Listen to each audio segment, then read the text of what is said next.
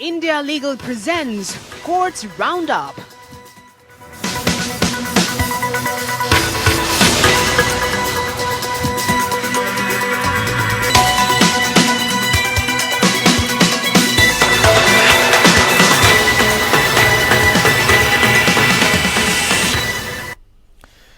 नमस्कार, मैं हूं आपके साथ रविंद्र सिंह। कोर्ट्स राउंडअप में आपका स्वागत है। इस बुलेटिन में अगले आधे घंटे में हम आपको कोर्ट से जुड़ी तमाम छोटी बड़ी खबरों से रूबरू करवाएंगे। कोर्ट की कार्रवाई और सुप्रीम कोर्ट से लेकर हाई कोर्ट और लोअर कोर्ट्स तक के फैसलों को आपके सामने रखेंगे।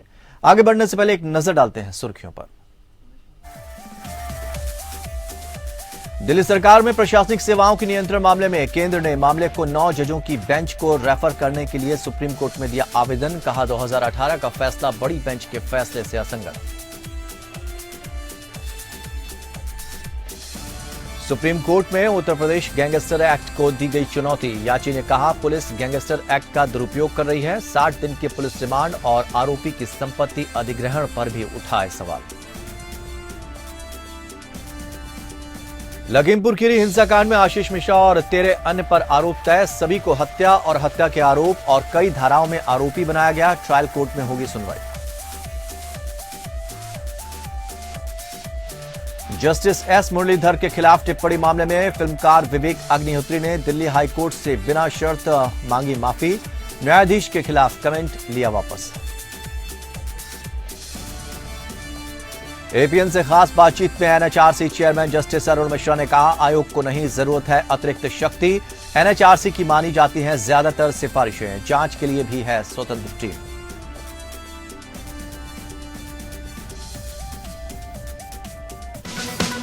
India Legal presents Courts Roundup.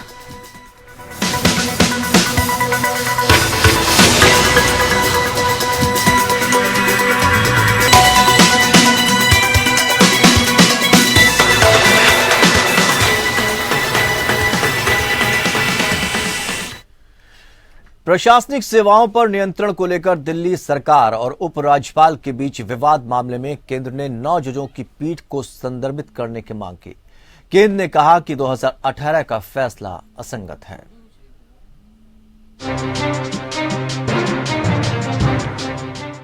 केंद्र और दिल्ली सरकार के बीच प्रशासनिक सेवाओं के नियंत्रण मामले पर सुप्रीम कोर्ट में सुनवाई हुई। केंद्र सरकार ने राष्ट्रीय राजधानी क्षेत्र दिल्ली की सरकार में प्रशासनिक सेवाओं के नियंत्रण से संबंधित मुद्दे 9 या अधिक जजों की शक्ति वाली पीठ को संदर्भित करने के लिए सुप्रीम कोर्ट में आवेदन दायर किया है। बड़ी बेंच का संदर्भ इस आधार पर मांगा गया है कि जीएनसीटीडी बनाम भारत सरकार मामले में संविधान पीठ का 2018 का फैसला एनडीएमसी बनाम पंजाब राज्य के मामले में 9 न्यायाधीशों की पीठ के फैसले के साथ असंगत है। फैसले में कहा गया था कि दिल्ली एक केंद्र शासित प्रदेश के समान स्तर पर है। 2018 के फैसले में संविधान पीठ ने निर्वाचित सरकार की सर्वोच्चता के सिद्धांत पर जोर दिया और कहा कि उपराज्यपाल को उन मामलों के संबंध में मंत्रिपरिषद की सहायता और सलाह के अनुसार कार्य करना चाहिए जिन पर दिल्ली सरकार के पास कार्यकारी और विधायी शक्तियां हैं और राष्ट्रपति को एलजी का संदर्भ केवल असाधारण परिस्थितियों में ही दिया जाना चाहिए। वहीं सुप्रीम कोर्ट में केंद्र सरकार ने हलफनामा दाखिल कर उस आरोप को नकार दिया है जिसमें कहा गया कि केंद्र सरकार के अधिकारी फोन नहीं उठाते और मीटिंग में शामिल नहीं होते। गृह सचिव अजय भल्ला की ओर से दाखिल हलफनामे में कहा गया है कि ऐसी कोई घटना कभी नहीं हुई। उन्होंने कहा कि जांच में इस बात का पता चला कि अधिकारियों के द्वारा फोन उठाया जाता है, साथ ही अधिकारी मीटिंग में भी शामिल होते हैं। हालांकि कुछ ऐसे अवसर रहे जिसमें अधिकारियों को दिल्ली सरकार द्वारा सौंपे गए कामों की वजह से कुछ मीटिंग में उपस्थित नहीं हो सके। हलफनामे में ये भी कहा गया कि सुप्रीम कोर्ट में व्यक्तिगत रूप से दाखिल किए गए हलफनामे पर विचार नहीं करना चाहिए, वो भी तब जब जांच में इनमें कोई सच्चाई न हो। सोमवार को जीएनसीटीडी की ओर से पेश हुए senior advocate doctor am Singhvi ने आवेदन का विरोध किया। सीजीआई चंद्रचूड़ ने कहा कि सुनवाई के समय रेफरेंस का मुद्दा उठाया जा सकता है। सीजीआई ने आगे संविधान पीठ की जल्द सुनवाई करने से मना किया क्योंकि जस्टिस कृष्ण मुरारी बीमारी के चलते उपलब्ध नहीं थे। मामले को 10 जनवरी 2023 को पोस्ट किया गया है। फरवरी 2019 में सुप्रीम कोर्ट की 2 जजों की पीठ ने सेवाओं पर जीएनसीटीडी और केंद्र सरकार की शक्तियों के सवाल पर अलग अलग फैसला सुनाया था और मामले को एक बड़ी पीठ के पास भेज दिया था। केंद्र ने 5 दिसंबर को सुप्रीम कोर्ट में याचिका दाखिल कर इस मामले को बड़ी बेंच के पास भेजने की मांग की थी। Bureau report, APN news. Supreme court ने कहा कि निचली अदालत आपराधिक प्रक्रिया संहिता के तहत मुकदमा चलाने के लिए नए आरोपियों को तलब कर सकती है।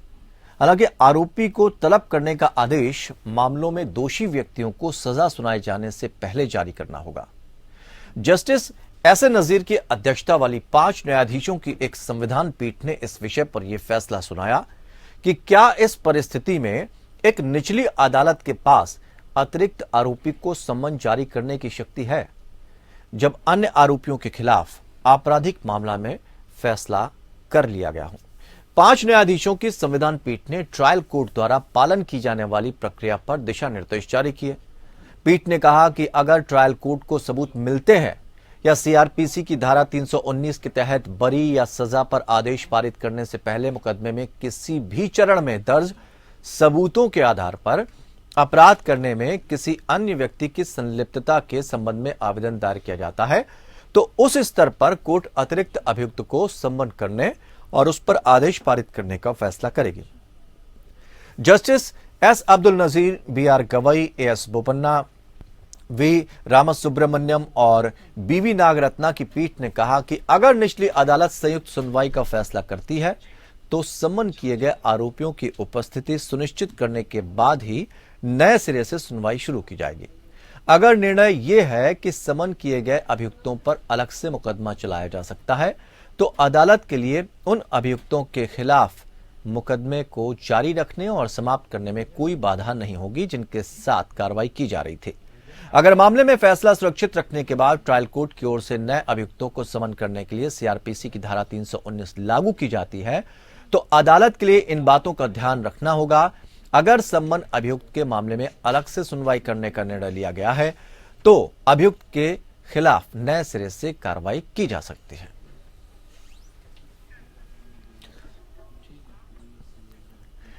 यूपी के गैंगस्टर एक्ट की वैधता को सुप्रीम कोर्ट में चुनौती दी गई। सुप्रीम कोर्ट में जनहित याचिका दाखिल की गई है। याचिका में दावा किया गया है कि पुलिस द्वारा गैंगस्टर अधिनियम का दुरुपयोग किया जा रहा है। इसके जरिए मनमाने ढंग से जिसके खिलाफ चाहें इन प्रावधानों को लागू करते हैं। सुप्रीम कोर्ट में दाखिल याचिका में एक केस होने पर गैंगस्टर एक्ट के तहत एफआईआर दर्ज करने की वैधता को भी चुनौती दी गई है।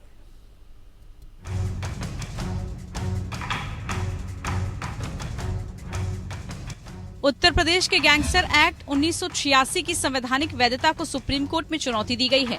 मंगलवार को सुप्रीम कोर्ट में दायर याचिका में दावा किया गया है कि पुलिस की ओर से गैंगस्टर एक्ट का दुरुपयोग किया जा रहा है। इस याचिका में गैंगस्टर एक्ट के प्रावधानों को भी चुनौती दी गई है। इसके अलावा याचिका में आरोपी की 60 दिन की पुलिस रिमांड देने के प्रावधान को चुनौती दी गई है। साथ ही आरोपी की संपत्ति को अधिग्रहण करने के लिए पुलिस के अधिकार को भी चुनौती दी गई है। याचिका में कहा गया है कि गैंगस्टर एक्ट के तहत लोगों की प्रॉपर्टी जब्त करना भी संविधान के मूल अधिकारों के खिलाफ है। साथ ही यूपी गैंगस्टर एक्ट के अधिनियम अनुच्छेद 14 की कसौटी पर खरे नहीं उतरते हैं। ये कानून के शासन के खिलाफ है। याचिका में दावा किया गया है कि पुलिस द्वारा गैंगस्टर एक्ट का दुरुपयोग किया जा रहा है। पुलिस इसका प्रयोग मनमाने ढंग से करती है। पुलिस जिस पर चाहे उसके ऊपर ये लगा देती है।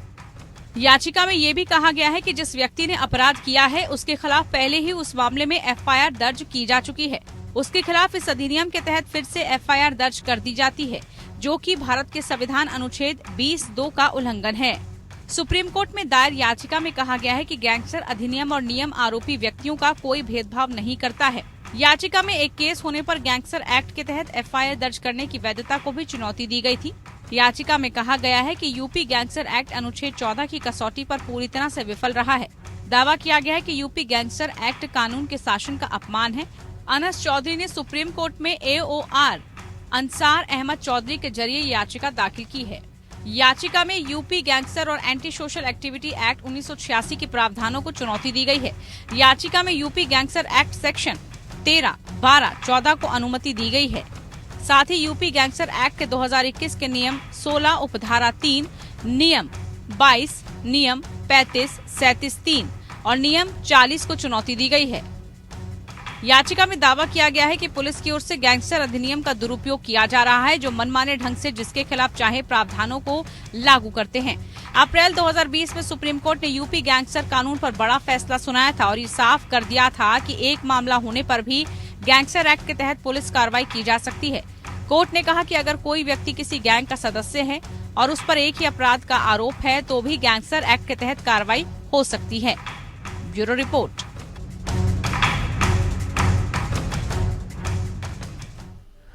अगस्ता वेस्टलैंड मामले में मिशेल की जमानत अर्जी पर सुप्रीम कोर्ट में सुनवाई हुई। मिशेल के वकील ने कहा कि आरोप में 5 साल की अधिकतम सजा का प्रावधान है और वो 4 साल से ज्यादा के समय से जेल में है। मिशेल का प्रत्यर्पण गलत है, असंवैधानिक है। वहीं एडिशनल सॉलिसिटर जनरल ने कहा कि दिल्ली हाई कोर्ट मिशेल की जमानत याचिका खारिज कर चुका है। मामले की सुनवाई को जनवरी के दूसरे हफ्ते के लिए तय किया गया है।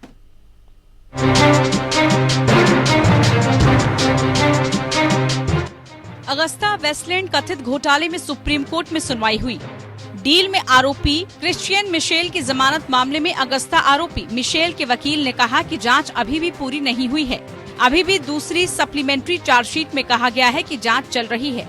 वो 2018 में गिरफ्तार किया गया था, जबकि इस मामले में दूसरे आरोपियों को जमानत मिल चुकी है। मिशेल की ओर से जमानत की मांग करते हुए कहा गया है कि इस आरोप में 5 साल की अधिकतम सजा का प्रावधान है और वो 4 साल से ज्यादा के समय से जेल में हैं। साथ ही क्रिश्चियन मिशेल के प्रत्यर्पण पर सवाल उठाते हुए कहा गया है कि उसका प्रत्यर्पण गलत हुआ है। उसे 4 दिसंबर 2018 को दुबई से भारत लाया गया था। इसके अलावा मिशेल की ओर से कोर्ट को बताया गया कि मिशेल ने UNHRC से संपर्क किया है, जिसमें कहा गया है कि उनको हिरासत में रखना अवैध है और मानवाधिकारों का उल्लंघन है। वहीं additional solicitor general BS Raju ने मिशेल की जमानत का विरोध करते हुए कहा कि दिल्ली हाई कोर्ट ने मिशेल की जमानत याचिका खारिज कर चुका है। उन्होंने कहा कि CBI और ED इस मामले में दोनों एजेंसियों की जांच की जा रही है। राजू ने कहा कि हम एक प्रत्यर्पण संधि से जुड़े हुए हैं। इसके तहत जिस अपराध के लिए प्रत्यर्पण किया गया है उसके अलावा दूसरे मामलों में मुकदमे नहीं चलाया जाएगा या दंडित नहीं किया जाएगा, लेकिन यहाँ इससे जुड़े हुए अपराध भी हैं। CGI की अध्यक्षता वाली बेंच ने क्रिश्चियन मिशेल की जमानत पर कहा कि इस मामले की सुनवाई को जनवरी के दूसरे हफ्ते के लिए तय कर दिया गया है। साथ ही कोर्ट ने ASG से प्रत्यर्पण नियम और कानून को लेकर एक संक्षिप्त नोट 2 से 3 दिन में दाखिल करने को कहा है।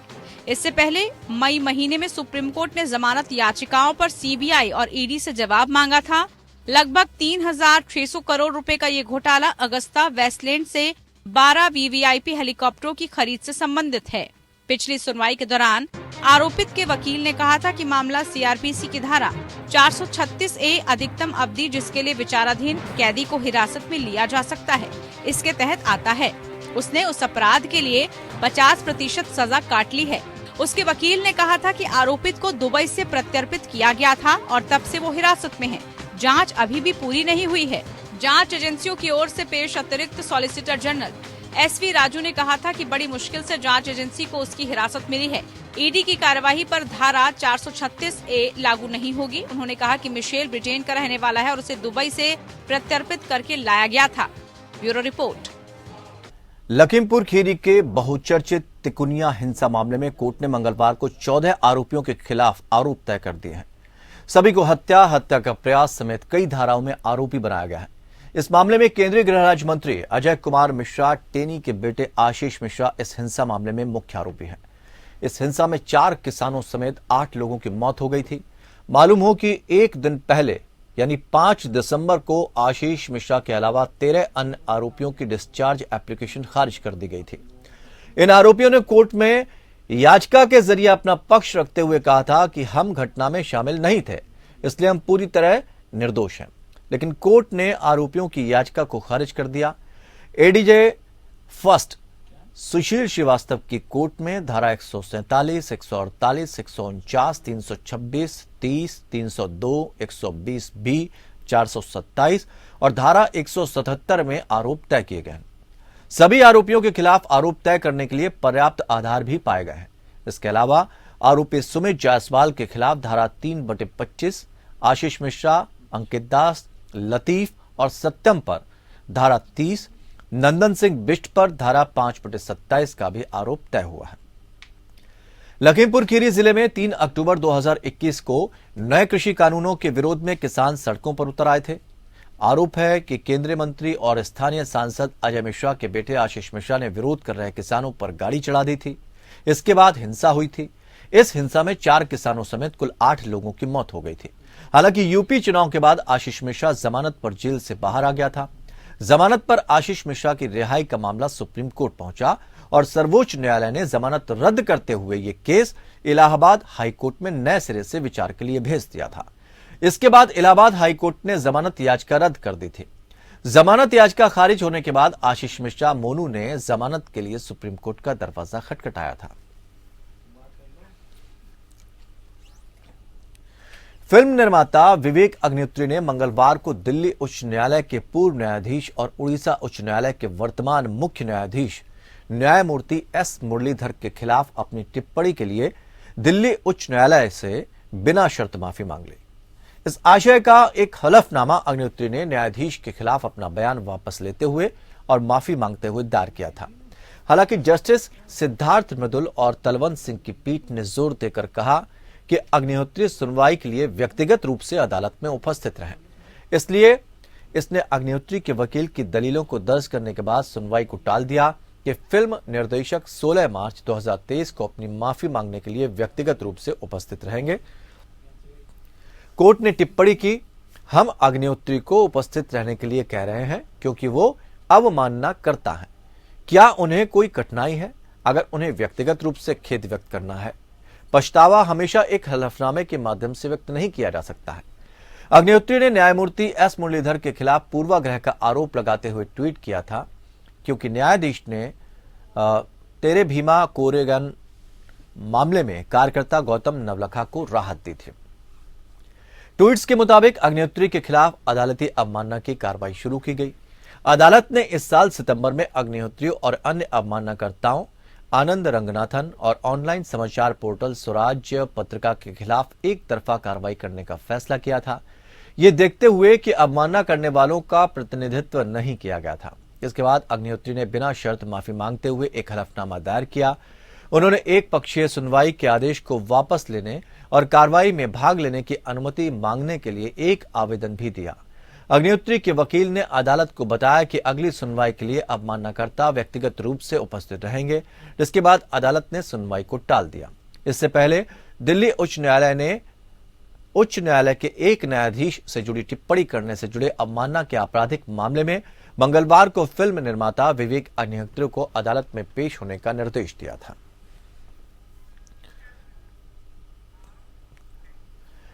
दिल्ली हाईकोर्ट ने 26 वर्षीय विवाहित महिला के 33 हफ्ते के भ्रूण को हटाने की इजाजत दे दी है।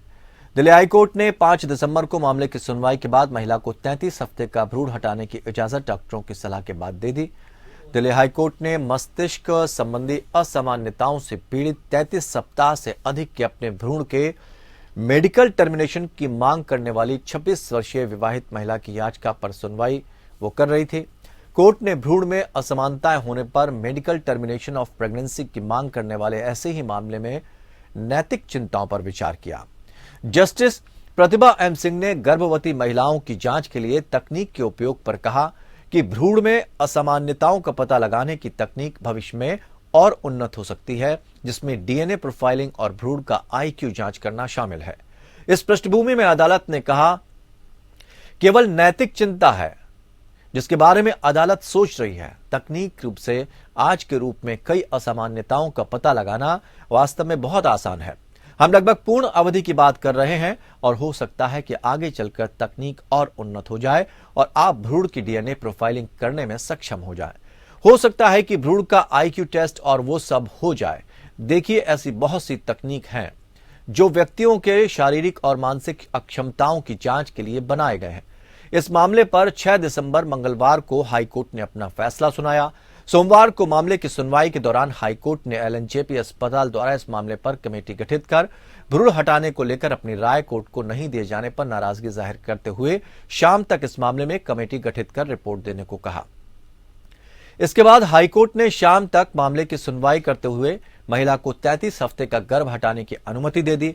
दरअसल महिला ने अपने 33 हफ्ते के भ्रूण को हटाने की अनुमति देने की मांग करते हुए दिल्ली हाईकोर्ट में याचिका दाखिल कर कहा था कि गर्भधारण के बाद से याचिकाकर्ता ने कई अल्ट्रासाउंड कराए, लेकिन 12 नवंबर के अल्ट्रासाउंड की जांच में पता चला कि महिला के गर्भ में पल रहे भ्रूण में सेरेब्रल डिजीज है। इसकी पुष्टि के लिए 14 नवंबर को एक निजी अल्ट्रासाउंड में जांच भी कराई गई। उसमें भी भ्रूण में सेरेब्रल डिजीज की पुष्टि हुई, जिसके बाद महिला ने दिल्ली हाई कोर्ट में अर्जी दाखिल की। तो कोर्ट राउंड अप में फिलहाल इतना ही, लेकिन खबरों का सफर लगातार जारी रहेगा। जुड़े रहिए हमारे साथ। India Legal presents Courts Roundup.